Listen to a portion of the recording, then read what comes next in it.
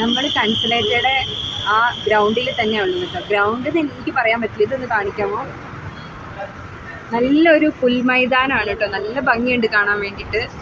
കണ്ടോ, അവിടെ ഓരോ സ്ഥലത്തും ഓരോ രൂപങ്ങളാണ് കേട്ടോ. അവിടെ വേളാങ്കണ്ണി മാതാവുണ്ട്, ഇവിടെ ഉണ്ണീശോയുണ്ട്, അങ്ങനെ കുറേ രൂപങ്ങളാണ്. വലിയൊരു മാതാവൊക്കെ ഉണ്ട് കേട്ടോ. ഞാൻ നിങ്ങൾക്ക് കാണിച്ചു തരാം പതുക്കെ.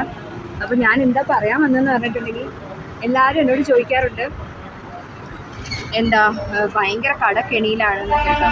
രക്ഷിക്കാനാവാത്ത വിധം എൻ്റെ കൈകൾ കുറുകി പോയിട്ടില്ല എന്നാണ് യേശു പറയുന്നത്. രക്ഷിക്കാനാവാത്ത വിധം എൻ്റെ കൈകൾ കുറുകിപ്പോയിട്ടില്ല. ഇത് പറയുന്നത് ഏശയ്യ 59:1 കേട്ടോ. ഇതിങ്ങനെ ജപിച്ചോണ്ടേ ഇരുന്നാൽ, ജപിക്കുക എന്ന് പറഞ്ഞാൽ ഞാൻ ഇങ്ങനെ പറഞ്ഞതാണ്, ഇങ്ങനെ വചനം പ്രാർത്ഥിച്ചുകൊണ്ടേ ഇരുന്നാൽ നമുക്ക് എന്തായാലും എവിടെ നിന്നെങ്കിലും ഒരു കൈ നമുക്ക് വേണ്ടിയിട്ട് എത്തും, ഉറപ്പാണ്. ഇപ്പം തന്നെ ആയിട്ടില്ല, ഞാനിപ്പം നന്മ നിറഞ്ഞ മറിയം ചൊല്ലിക്കൊണ്ടിരിക്കും, ഇങ്ങനെ ചൊല്ലിക്കൊണ്ടേ ഇരിക്കാം. നമുക്ക് വെറുതെ ഫ്രീ കിട്ടുന്ന സമയത്ത് ഫോണിൽ കളിച്ചുകൊണ്ടിരിക്കാതെ നമ്മൾ കുറച്ച് പ്രാർത്ഥിക്കുക. പ്രാർത്ഥന എന്തായാലും കൂടിപ്പോയെന്ന് പറഞ്ഞിട്ട് ആർക്കും ഒന്നും വരാൻ പോകുന്നില്ല. അപ്പോൾ പ്രാർത്ഥിച്ചുകൊണ്ടിരിക്കുക. ഒരു പ്രാർത്ഥനയ്ക്ക് അപ്പുറത്തായിരിക്കും നിങ്ങളുടെ റിസൾട്ട് കാത്തിരിക്കുന്നത്. അതുകൊണ്ട് പ്രാർത്ഥിച്ചുകൊണ്ടേ ഇരിക്കുക. കണ്ട് ഇവിടെ ഒരു മാതാവുണ്ട്. ഈ മാതാവിനെ കണ്ട് എങ്ങനെ നമ്മൾ നന്മ നിറഞ്ഞ മറിയം ചൊല്ലാതിരിക്കും?